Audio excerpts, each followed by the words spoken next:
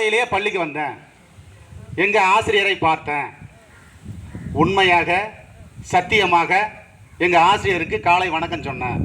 அதுபோல மாணவ செல்வங்க மட்டும் கைத்துக்கு பார்ப்போம். இந்த வணக்கம் வைக்காத மாணவர்கள்லாம் வணக்கம் வச்ச மாணவங்களுக்கு ஜோரா கைத்தட்டலாமா? கைத்தட்டுங்க, கைத்தட்டு பத்தல. மாணவ செல்வங்களே,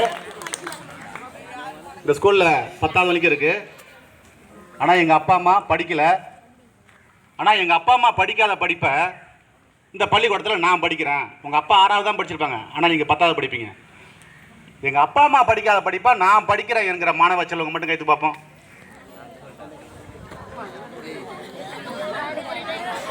இப்போ நீங்கள் தூக்குனீங்களா? உங்கள் அப்பா அம்மா படிக்காத படிப்பை நீங்கள் படிக்கிறதுனால உங்கள் பேரண்ட்டுக்கு ஜோரா 2 கையும் தூக்கி கை தட்டுங்க பார்ப்போம் ஜோரா.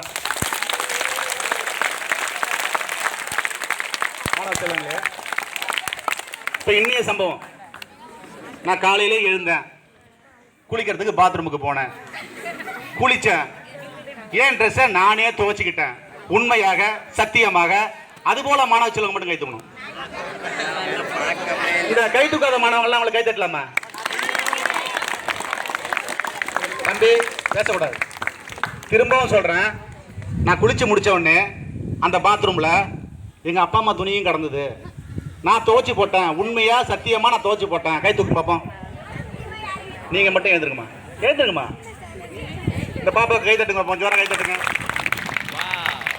Super super super. சார், எங்கள் வீட்டில் பட்டன் செல்லு தான் இருக்குது, இது போல் ஆண்ட்ராய்டு ஃபோன்லாம் இல்லை. ஆனால் நான் காலாண்டில் 10 ரேங்குக்குள்ளே எடுத்தேன். அதுபோல் மாணவ செல்வங்க மட்டும் கைத்து பார்ப்போம். உண்மையாக சத்தியமாக. தம்பி இப்படி எடு, தம்பி இப்படி எடுங்க. இந்த கை தூக்காத மாணவ செல்வங்கள்லாம் கை தட்டுங்க, வேகமாக தட்டுங்க. அதாவது பட்டன் செல்லு தான் இருக்கு, அவங்களால 10 ரேங்க் எடுக்க முடியும் போது ஆண்ட்ராய்டு ஃபோன் வச்சுக்கிட்டு ஆன்லைனில் நீங்கள் படிச்சுக்கிட்டு டீச்சர் சொல்கிறதெல்லாம் வாட்ஸ்அப்பில் வாங்கிக்கிட்டு அதெல்லாம் படிச்சுக்கிட்டு படிக்கும்போது ஏன் உங்களால் 10 ரேங்க் எடுக்கல? உங்களால் முடியும்.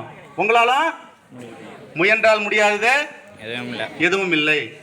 மாணவ செல்வங்களே, எங்கள் அப்பா ஊரில் இல்லை, நான் வாரத்தில் ஒரு நாள் தான் எங்கள் அப்பாவை பார்ப்பேன். எங்கள் அப்பாவை மாதத்தில் ஒரு நாள் தான் பார்ப்பேன். எங்கள் அப்பாவை தீபாவளி பொங்கல் நல்ல விசேஷ நாளில் தான் பார்ப்பேன்.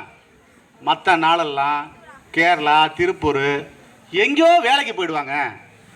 ஆனால் இப்படிப்பட்ட சூழ்நிலையும் நான் 10 ரேங்க்குள்ள எடுக்கிறேன். மாணவ செல்வங்கள் இருந்தால் கைத்துக்கு பார்ப்போம்.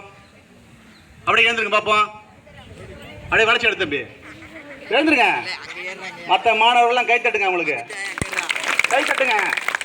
அதாவது அப்பா வீட்டில் இல்லை, உட்காருங்க டவுன். அப்பா வீட்டில் இல்லை, அவங்க தேவை எதையுமே பூர்த்தி ஆகாது. மேக்சிமம் அம்மா மட்டும்தான் இருக்கும், முடிஞ்சதை மட்டும்தான் பூர்த்தி செய்வாங்க. அவங்களால 10 ரேங்க் எடுக்கும்போது அப்பா உங்கள் கூடவே இருக்கிறாரு, உங்கள் கூடவே நடக்கிறாரு, உங்கள் கூடவே படுக்கிறாரு.